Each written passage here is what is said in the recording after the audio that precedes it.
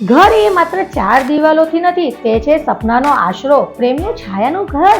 અને આજે ગુજરાત સરકાર લાવી છે ડોક્ટર આંબેડકર આવાસ યોજના, જ્યાં તમારું સપનાનું ઘર બનશે હકીકત. મિત્રો, ચાલો જાણીએ કેવી રીતે તમે પણ આ સુવર્ણ તકોનો લાભ લઈ શકો છો. નમસ્કાર મિત્રો, જય માતાજી. સ્વાગત છે આપનું ઇન્ફોબાય ચેનલમાં.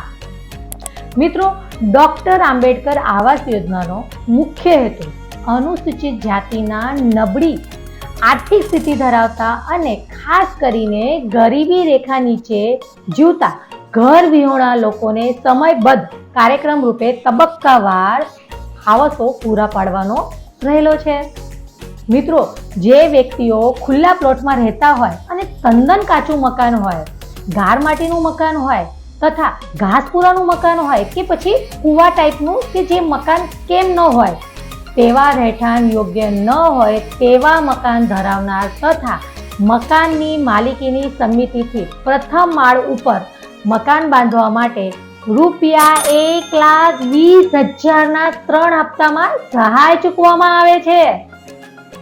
મિત્રો, તે પૈકી પ્રથમ હપ્તો 40,000 વહીવટી મજૂરીના હુકમ સાથે આપવામાં આવે છે અને બીજો હપ્તો 60,000 જ્યારે લિંટલ લેવલ પહોંચ્યા બાદ તમને મળી જશે.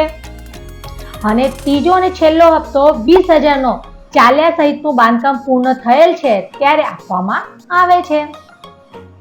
મિત્રો, ડોક્ટર આંબેડકર આવાસ યોજનાના નિયમો અને શરતો પણ અમુક રાખેલ છે, તે જોઈએ.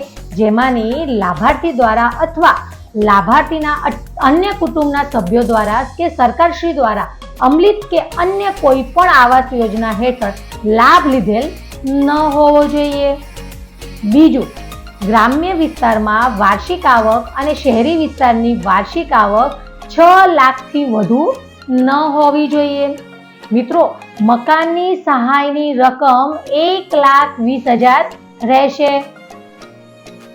વધુમાં શૌચાલય માટે જેમને 12,000ની સહાય મળવાપાત્ર પણ હોઈ શકે, તેમને અલગથી તે યોજનાના નિયમો પ્રમાણે મળવાપાત્ર રહેશે. મિત્રો, પરંતુ જો લાભાર્થીને શૌચાલય માટે સહાય ન મળવાપાત્ર હોય તો તેમને ફરજિયાત 1,20,000ની સહાયમાંથી શૌચાલય બનાવવાનો રહેશે. મિત્રો, આ યોજના હેઠળ બનેલ મકાન ઉપર લાભાર્થીએ રાજ્ય સરકારની આંબેડકર આવાસ યોજના એ મુજબની નેમ પ્લેટ પણ લગાવવાની રહેશે. મિત્રો, મકાન બાંધકામની ટોચ મર્યાદા શહેરી વિસ્તાર માટે 10 લાખ અને ગ્રામ્ય વિસ્તારમાં 7 લાખની રહેશે. શહેરી વિસ્તારમાં એફોર્ડેબલ હાઉસિંગ સ્કીમ હેઠળ આપવામાં આવતી સહાયમાં ઉપરની ટોચ મર્યાદા લાગુ પડશે નહીં. મિત્રો, પ્રથમ હપ્તાની ચૂકવણી કર્યા બાદ 2 વર્ષમાં બાંધકામ પૂર્ણ કરવાનું રહેશે અને લાભાર્થીની ઉંમર ઓછામાં ઓછી 21 વર્ષ તો જોઈએ જ. મિત્રો, ડોક્ટર બાબા સાહેબ આંબેડકર યોજનામાં અમુક ડોક્યુમેન્ટની રજૂ કરવાના રહેશે, જેવા કે અરજદારનું આધાર કાર્ડ, અરજદારનું રેશન કાર્ડ, અરજદારની જાતિનો તો દાખલો જોઈશે જ, અરજદારની કુલ વાર્ષિક આવકનો એક દાખલો છે એ પણ જમા કરવાનો રહેશે. મિત્રો, રહેઠાણનો પુરાવો જેમાં કે વીજળી બિલ, લાયસન્સ, ભાડા કરાર, ચૂંટણી કાર્ડ, રેશન કાર્ડ પૈકી કોઈ પણ એક પુરાવો આપવાનો રહેશે.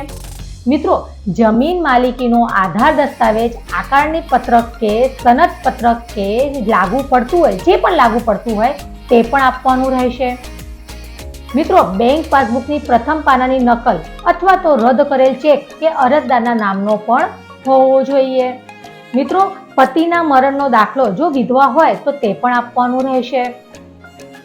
મિત્રો, જે જમીન ઉપર મકાન બાંધવાનું છે તે જમીનના ક્ષેત્રફળ જણાવતા ચતુર્દિશા દર્શાવતા નકશાની નકલ તલાટી કમ મંત્રીશ્રીની સહીવાળી પણ હોવી જોઈએ.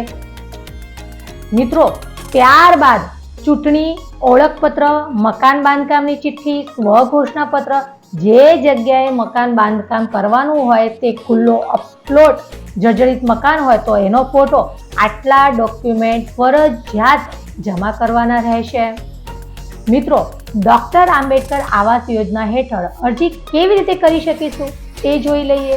તો સૌ પ્રથમ તમારા નજીકના ગ્રામ પંચાયત અથવા નગરપાલિકાની ઓફિસનો સંપર્ક કરવાનો રહેશે. બીજું, આવાસ માટે અરજી ફોર્મ ભરવાનું રહેશે. ત્રીજું, જરૂરી દસ્તાવેજો જોડવા પડશે. મિત્રો, ચોથું, અરજી સ્વીકાર્યા પછી તમારા કેસનું સર્વે કરવામાં આવશે. પાંચમું અને છેલ્લું, યોગ્યતાઓ પૂરી પાડનાર લોકોને સરકાર તરફથી મંજૂરી મળી રહેશે. મિત્રો, તમારું પોતાનું નાનું પણ મજાનું ઘર એ જીવનની સૌથી મોટી સંપત્તિ છે. સરકારની આવી યોજનાનો લાભ લો અને માહિતીને વધુમાં વધુ લોકોને શેર કરો. સપનાઓને સાકાર કરો. મિત્રો, વિડીયો જો ગમ્યો હોય તો લાઈક કરો અને બીજાના સપનાઓ પૂરા કરવા માટે આ વિડીયોને વધુમાં વધુ લોકોને શેર કરો. ધન્યવાદ.